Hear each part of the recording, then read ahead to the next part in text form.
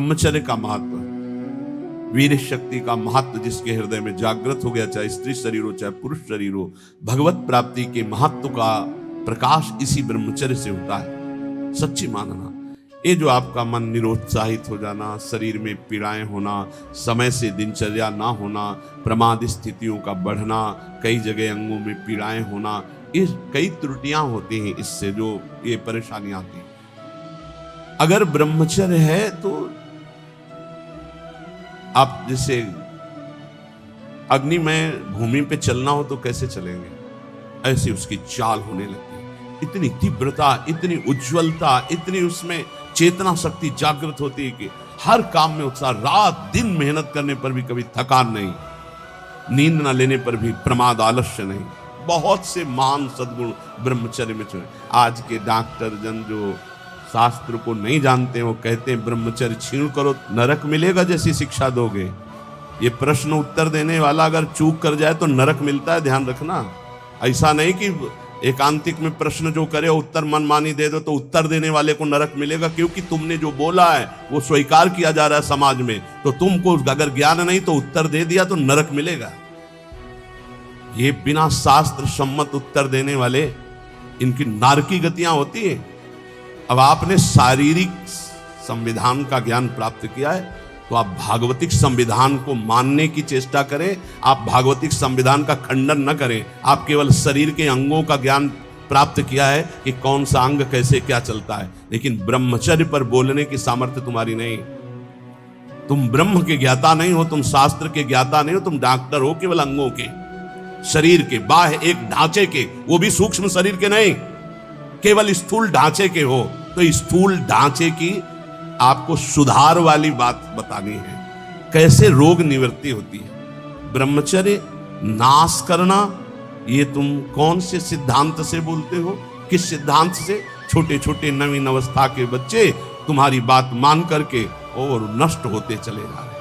8-8 बार 10-10 बार वो ऐसी चेष्टाएं करके इस दशा को प्राप्त हो गए कि सामने आके कहते हैं, एक अधिकारी का बच्चा, वो अधिकारी भी बैठे थे अपनी पोजीशन में, सिर्फ आपका वीडियो सुना तो आपको बताने आया हूं, मुझे बचा लीजिए। ऐसे बैठे तो बिल्कुल मुझे बचा लीजिए, नहीं मैं अपना शरीर दूंगा, नहीं नहीं बच्चा नहीं, बिल्कुल नहीं, तुम बिल्कुल ठीक हो जाओ, तुम एक बार हिम्मत करो, हमारी बात को मानो। हमारे पास कोई औषधि जादू टोना नहीं, केवल हमारी बात मान लो, भगवान तुम्हें शक्ति देंगे, तुम इससे निकलो, इससे निकलो।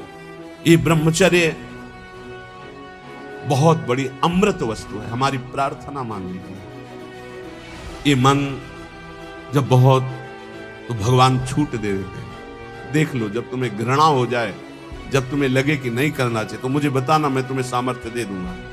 आपको सामर्थ्य मिलेगी। आप जिस दिन से सोच लेंगे कि वास्तविक मुझे अब अपने जीवनी शक्ति की रक्षा करके भगवत प्राप्ति में ये हमें व्रत रखना है। ब्रह्मचर्य व्रत, अलग अलग ब्रह्मचर्य व्रत है। गृहस्थ में शास्त्र सम्मत एक पत्नी व्रत और संतानोत्पत्ति के लिए ऐसा संविधान किया गया है। अगर आप उसके विपरीत चलते हैं तो फिर आप व्यभिचार प्रवृत्ति में। परमार्थ में चलने के लिए पूरा अधिकार गृहस्थ का है। ऐसा ना सोचे कि गृहस्थी में होने के कारण मेरा मोक्ष नहीं हो सकता, या भगवत प्राप्ति नहीं हो सकती, या मैं ब्रह्मचारी नहीं कहा जा सकता। कहा जा सकता है। जिसने पाणिक ग्रहण संस्कार नहीं किया तब तक ब्रह्मचर्य रहा, फिर पाणिक ग्रहण किया तो एक पत्नी व्रत, और वो केवल संतानोत्पत्ति के लिए, और जब संतानें हो गई तो ब्रह्मचर्य, वो पूरा जीवन ब्रह्मचारी माना जाएगा। शास्त्र सम्मत बात कह रहा हूं। और वैरागी तो ब्रह्मचारी होता ही है, जो भगवत प्राप्ति करना चाहता है, नैष्ठिक ब्रह्मचर्य। जो गृहस्थ में होकर ये अभिमान करता है कि मेरी इतनी संपत्ति, मेरा इतना बैंक बैलेंस, मेरा मेरा मेरा इतना, वो दुर्गति को प्राप्त होता है। सब कुछ प्रभु का दिया हुआ है, बिल्कुल सरल भाव से समझ। नाथ सकल संपदा तुम्हारी, मैं सेवक समेत सुत नारी। और जितना प्रसाद उदर में गया और जितने में शयन किया उतना ही, ये सब प्रभु की वस्तु है। जब जहां जैसे प्रभु चाहे वैसा प्रयोग करे। मैं तो सेवक हूं। यदि ऐसा नहीं मानता और अपने को मालिक समझता है तो बोले वो दंड का अधिकारी हो जाएगा, माया फंसाकर उसकी दुर्गति कर देगी।